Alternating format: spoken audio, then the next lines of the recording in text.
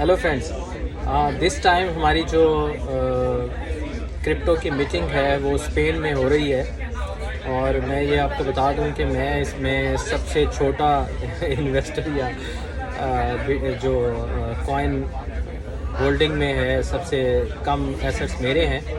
यहाँ पर बहुत से ऐसे दोस्तों से मुलाकात होती है कि जो वेल्स हैं, यानी उनके पास 1000 बिटकॉइन से ज़्यादा कॉइन्स हैं।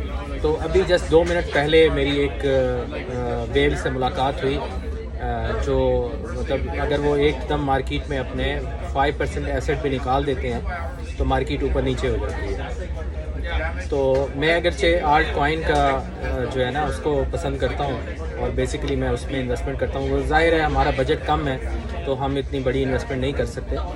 तो उसने मुझे एक बात कही, उसने कहा कि देखो, अगर तुम इस बात को समझते हो और मेरी अपनी एडवाइस को अगर तुम मानते हो तो तुम अपनी कम से कम भी 50% जो क्रिप्टो की इन्वेस्टमेंट है उसको बिटकॉइन में ट्रांसफ़र कर दो। मैंने उससे बहुत कहा कि अगरचे ये मुझे लगता है कि इससे ज़्यादा प्रॉफिट मैं कहीं और कमा सकता हूँ, लेकिन उसने मुझे कहा कि एक पॉइंट पे जब may be next bull run के बाद एक ऐसी स्टेज आएगी कि जब बिटकॉइन जो है वो एक स्केर्ड मनी हो जाएगा, यानी एक होली मनी हो जाएगा कि जिसको सिर्फ रेफरेंस के तौर पे यूज़ किया जाएगा और सिर्फ इंस्टीट्यूट जो है वो होल्ड कर पाएंगे।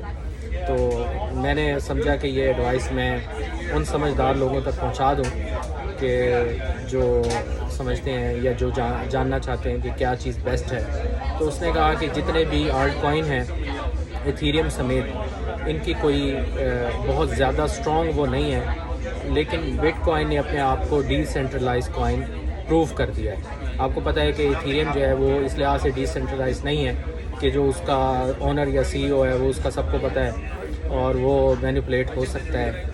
तो इस तरह से लेकिन बिटकॉइन का जो है इसका किसी को कुछ पता नहीं है ये कौन है, और ये एक डिसेंट्रलाइज सिस्टम है, इंडिपेंडेंट सिस्टम है, ये चलता रहेगा।